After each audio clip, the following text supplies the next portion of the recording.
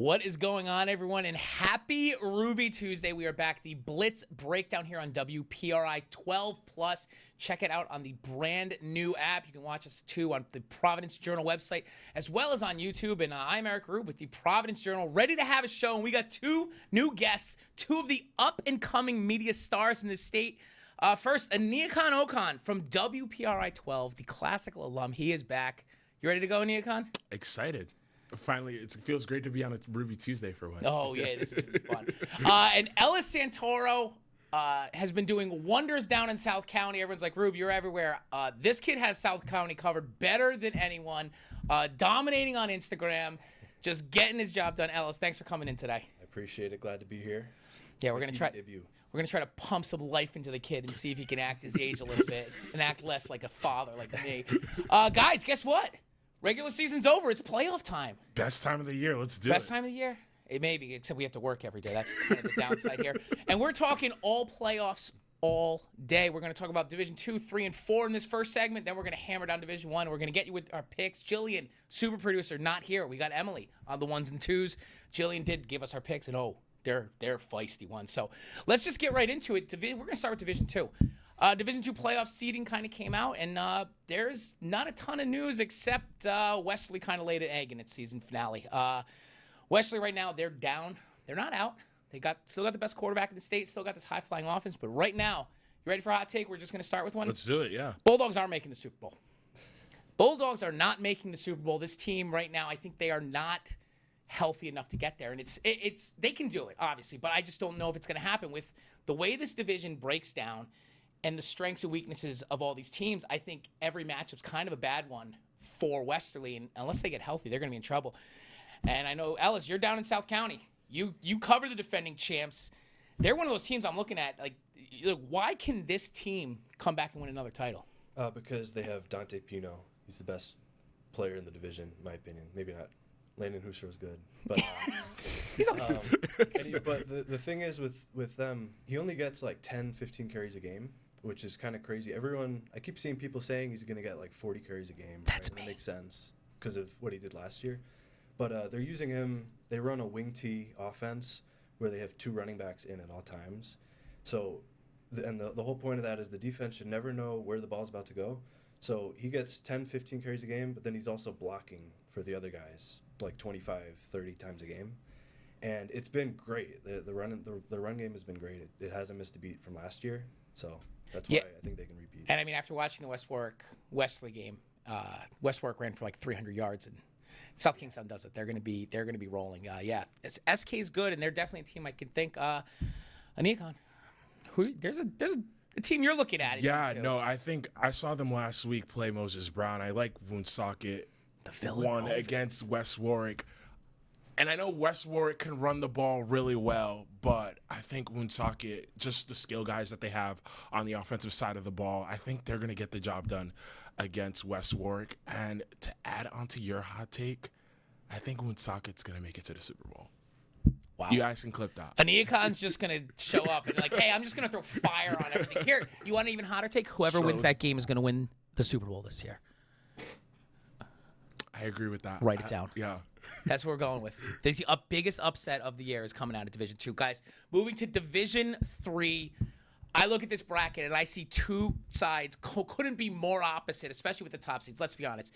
The way high school football works the last few years, it's always chalk in this first round. I'm already looking at the semifinals next week. If we get a classical Johnson matchup, two high-flying offenses, they're going to throw the ball. Whee! Offense, I love that stuff. You look at the other side, if it's Mount Hope and Pontiac playing in the semis, that is going to be an absolute slugfest. Two teams that are just like, we're trying to win 12-0 and get out of here quick. It's going to make for some kind of interesting football. The dynamic between those two is great. Listen, Aniekan, let's put your purple aside. I know you're a classical alum, but you can break it down a little bit. I mean, what is it about classical right now? Because anyone can be able to stop this team the way they've played so far this year. I think this team in particular is no different to a lot of the teams that Chris McCall has had in the past. A lot of athletes that could do many things on both sides of the ball, and that's no different this year. Bam Adebayo. Just retweeted by Donovan Mitchell, no big deal. And I just think, like you said, I think they should handle Cheraho. But it sets up an interesting matchup next week, if, it pans out that way against Johnston. And, we saw how good that one was last week. Yeah, we talked about it last week on the show, and I mentioned Classical. New coach on the line, Mike Sackett, was at Hendricken. Hendricken had the best line during his reign. Now he's there, and that front just continues to play well. I'm very curious to see how that plays out. But again, going to the Mount Hope, and we're not bringing Ellis in on this one. Ellis covers South County. No South County teams in D3, which is wild. But Ellis, In you got my any? area, there's actually multiple. Well, actually, no. Do you have any cover them. D3? I don't cover No, them. he's got nothing. We're trying to get him in here. But the Mount Hope Pontiac potential matchup is one where I just think it's the run game, and Mount Hope's playing really well. And I talked to their coach after they beat North Providence, and they knew that if they ran the table the way they did, they were getting this 2 seed. And I think that home field advantage is going to be huge. I know both teams play on grass, but I'll tell you what, having done the drive, Foster to Bristol, ain't an easy trip. It's going to make for an interesting division, but maybe no division as interesting and as fun as Division 4. You know why? Anything can happen in Division 4. You think you know what's going to happen, you never know. And that's what I really like about Division 4. I mean, we can talk about top seeds all we want, but you look at North Smithfield. I mean, they've been playing great football from start to finish. You look at Smithfield. Offense is a little bit in shambles. Defense continues to play well. Defense, what is defense when? I can't remember what they say. Championships. There we go. Yep. Championships. And they're probably losing the 1 seed to Narragansett too. I have to imagine there's some anger in that. Is there? I mean, but these Mariners being the number 1. I mean, is this team? I know they're suffering some injuries right now. Are they healthy enough? Can they win the Super Bowl this year? I think they're on upset watch because they're very injured. Owen Oakes, he's probably their best player. He's done for the year. It's looking like with a turf toe injury. He tried to play through it. He can't. I don't think he can go anymore. And losing him changes their entire offense to the point beyond just losing their best player. They designed every offensive play around having a tight end, and they don't have anyone to kind of fill that void. So they've had to redesign everything, and that totally changes it. They've struggled the past 2 weeks without him. He's also their leading tackler, so they haven't looked good in the last 2 weeks. They won both games, but we'll see. Yeah, I mean, and thing from having covering him, Matt Blessing's sort of the mad scientist of Rhode Island high school football. He does some things that are very strange, very weird, and he'll throw some stuff out there that people haven't even thought about doing. And his experience too in big games, he can get things done. He was in a big game last year. It didn't go his way, obviously, when the storms hit. But they played a Davies team that won D4. Aniekan is that Davies team this year? I mean, I feel like I'm sleeping on them a little bit. But are they scariest team in D4 right now? I mean, I saw them for the first time, I believe it was 2 weeks ago against Tollgate, and they looked good. Yeah, like similar to Classical in the sense that they have athletes on both sides of the ball, and Terrell Barrows, what a so play. much better. What a player. Yeah, just coming off 5 touchdowns last week. Yeah, it's just those two receivers. Yeah. We talk about it a lot, and I feel like on these shows we talk about the same guys over and over again. But there's a reason. Like Right. Edgar Melendez and Jomar Lopes are having huge seasons. They got a little run, and I'm so impressed with Davies because of Henry Cabral and what he's done with that pro. You got to remember the program's only 6 years old, Right. which is crazy to think about. It's still its infancy. There's a word I couldn't get out of my mouth. They won a Super Bowl last year, and he's got them believing they're the number 3 seed, but there's no reason why they can't get there. And I'm sure North Smithfield is going to just screen grab that, and then they're going to talk all sorts of trash to me. But that's how the internet goes. That's how this game goes, and that's how this show goes. Segment 1, we are done in the books. I'm here with Aniekan Okon. I'm here with Ellis Santoro. We're going to be back talking Division 1 playoffs. Everyone knows what's going to happen, except you don't. We'll be back in 2 minutes.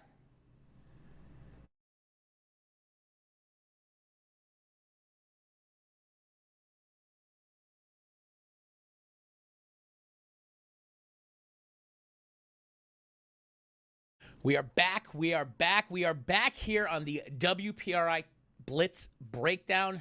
You can check it out on the app, WPRI 12 Plus. I'm Eric Rueb with the Providence Journal, joined by two guys who are almost as old together as I am right now, which makes me feel awful. You're youthful. I wish I didn't say that out loud. It kind of depressed me a little bit, guys. Ellis Santoro from the South County Independent is here. Aniekan Okon from WPRI 12 is here. And guys, we were talking playoffs, and we got Division 2, 3, and 4. We covered them. But the one, and no offense to the other guys, the one everyone cares about is what's going to happen in Division 1. And I think for the first time in a while, every year, North Kings, there we go, slips. LaSalle Hendricken, that's what it is every year. North Kingstown got in there a couple years ago, but now the tides have changed a little bit where I feel like this tournament, more than any year, and you guys take this, it's really up for grabs. Aniekan, like, Is there I just feel like anything can happen. Yeah, no, it's just even looking at the quarterfinal matchups, Cranston West, Portsmouth could be. I know we've said it a lot this year, like game of the year, but that one, oof. I feel like every game's a game of the year. Well, I mean, that's for these teams, it is. Every game's a game of the year. I mean, Ellis, I know you've only been in the area for a couple of years now, but like, is this? I mean, it seems wild in D1 this year, where we're not quite sure what's going to happen yet. I'm used to Hendricken just winning every year. That's all I've seen since I've been here. So yeah, and now, I mean, the Hawks still have a chance, and we're going to kind of go into the brackets, and let's just start with the top one. LaSalle gets the number 1 seed. Everyone kind of knew it. They scheduled so tough this year, but then they lost to Cranston West, and I think that opens a lot of eyes, and that's what a lot of people see. Oh, they're beatable. They're beatable. Here's the thing.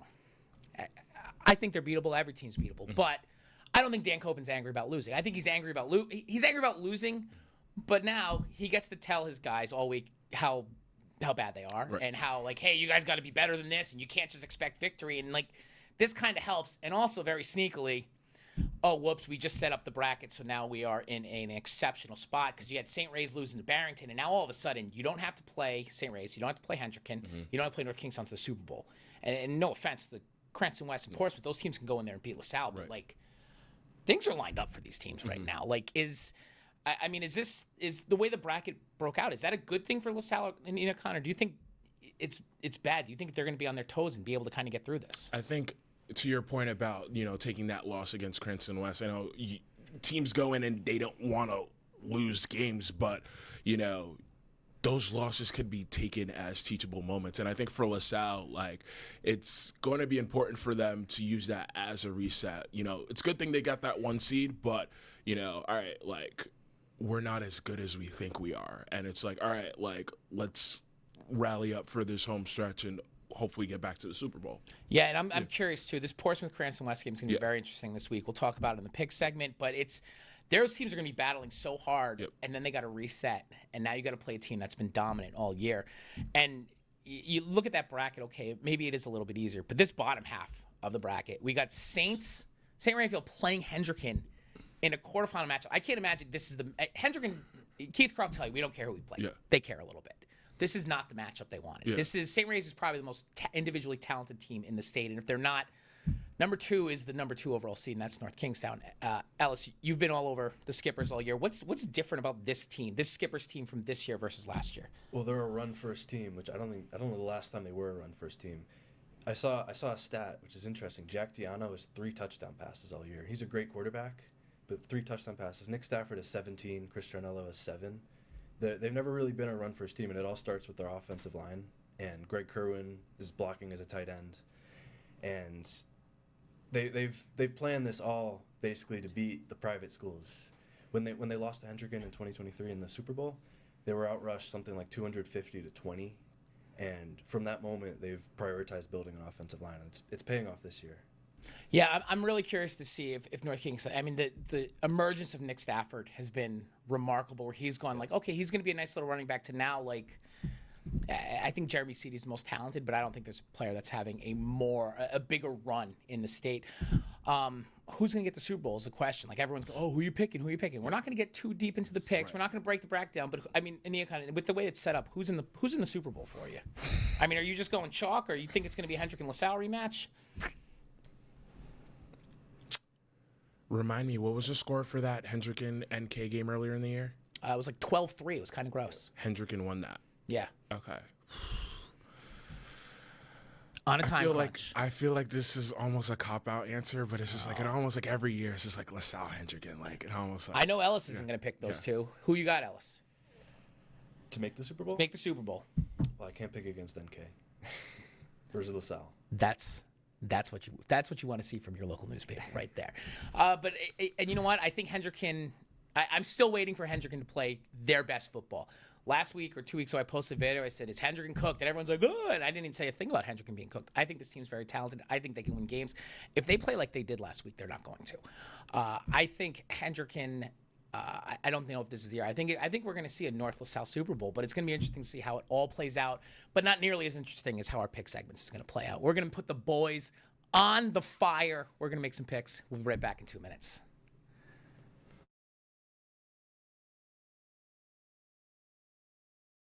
We are back here on the Blitz Breakdown WPRI 12+ app. ProvidenceJournal.com. Check it out on YouTube as well. I'm Eric Rueb with the Providence Journal.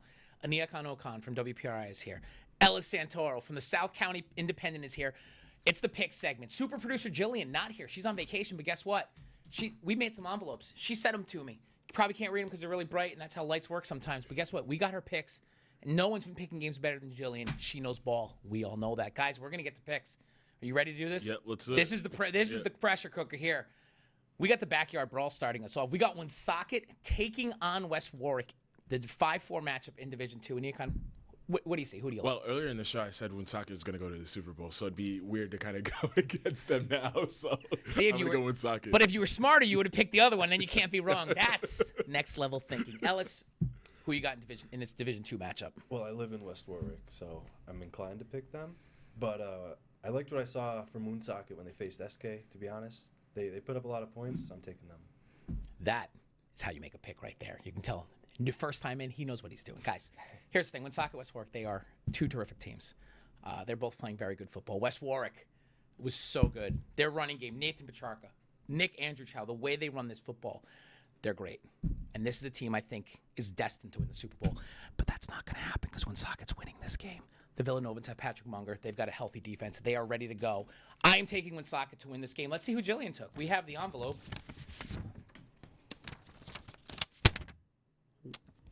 West Warwick for Jillian. Jillian taking the Wizards. Moving on to the next game. I don't have a fun nickname. This is the red-related nickname pending game. Portsmouth at Cranston West and Aniekan. Who you got? Cranston West, and I say that because I know we've talked a lot about Portsmouth and the lack of strength of schedule on their end, and I think that hurts them on Friday. Ellis? I feel like Portsmouth losing in the way that they did to Hendricken probably just motivates them a little bit more. I would hope at least, so I'm taking them, Portsmouth. Ellis and Aniekan are going to be fighting later. This is going to be sick. Here's the thing. Portsmouth, Cranston West, two of the fan bases with two of the most active social media accounts. They're both going to be crying in my mentions. They're both going to be, Rube, you don't like us. Rube, Rube, Rube. Guess what, guys? This is the biggest game of the year for both of you. You have to win. It's a must-win. It's playoff time. You have to win these games. Cranston West playing great. Charlie Cornell having a good season. Ethan Parent playing well. This team has all the little things in place, and they just came off a big win. But I'm definitely afraid of Portsmouth, if we're being honest. If we're talking about social media accounts, no one scares me more than everyone in Portsmouth. No offense, Cranston. Love your stadium. Love the environment. I can't wait to eat a burger at the food truck. Patriots they're winning this game, guys. They're playing very good football. I'm going to see the Sanderson show. Adam Canini's going to play ball. We're taking the Patriots in this one. I wonder who Jillian took. We got the envelope here. Let's see what Jillian wrote down. And I definitely didn't write down before the show after she DM'd me her picks. She's got Cranston. She knows ball. Cranston West. Jillian knows ball. Make sure, Chris, someone in the Red Storm better have a giant sign that says Jillian knows ball on Friday night. I will be there. There's the announcement. Moving on. The Pasta Bowl. We've got North Providence taking on Johnston. Mineral Spring Ave versus Atwells Ave. And Aniekan, who you got? I'm going to go Johnston. Is that just a uniform-based pick? This is a all-time uniform battle, too, if we're being honest. Are they wearing the yellow? Baby, I don't care what North Providence wears. They're going to look smooth. It's nice, but I'm going to go with Johnston. All right, Yeah. Ellis, I know you don't cover a lot of Division III, so let's just throw something out there. Well, I'm going to go with Johnston, and here's why. Wingstop just opened in Johnston, so I'm inclined to pick them. If you're not going to break down ball, you break it down by food. That's not a bad strategy. Guys, this is a terrific, terrific football game, and the Panthers are playing with purpose. Nate Delamorte, his father passed away. I'm not going to get emotional about it. Coming close, though. He's a great kid, great family, great team. Johnston's going to win this game. No offense, North Providence. I think they're tough. I think they struggled a little bit last week. I think they showed their face, but we're gonna take the Panthers here. And Jillian, I can't even imagine what this is going to say. Ooh. NP, that means no problem. Okay. No problem. She's taking Johnston. Oh, no, that's North Providence. She's taking the Cougars. Guys, last game. It's the big one. It's the Holy War. We got St. Raphael taking on Hendricken. Aniekan, who you got? Initially, I wanted to pick the upset. Oh, don't be soft. No, we're going Hendricken. Well, because of that, I'm going St. Ray's. I want to just brag that I saw Darryl Palmer when he was a sophomore single-handedly beat SK in the playoffs, and I pointed them out to you, and you didn't believe. And now you've been pointing him out all season. So. All right. I need someone in South County to make a giant sign. Ellis knows ball. He did. He was also first on the Kia Sunnyway train. He told me, he's like, you got to look at this kid from Central. He was right. Ellis is rarely wrong. Sometimes he struggled a little bit early with social media, and he had to go to the big guy to figure out what to do. Now he's killing it. But he's making good plays. You know who else is making good plays? St. Raphael. They're good. They're loaded. They're playing good. Probably the most talented team I've seen as far as individuals go. Johnny Germain, my guy. Here's the thing. Hendricken doesn't lose in the playoffs. They're winning this game. Oh, okay. I'm not picking against Jeremy Seedy until I see him. You had me in the first half there. That's what I do. That's what Rueb does.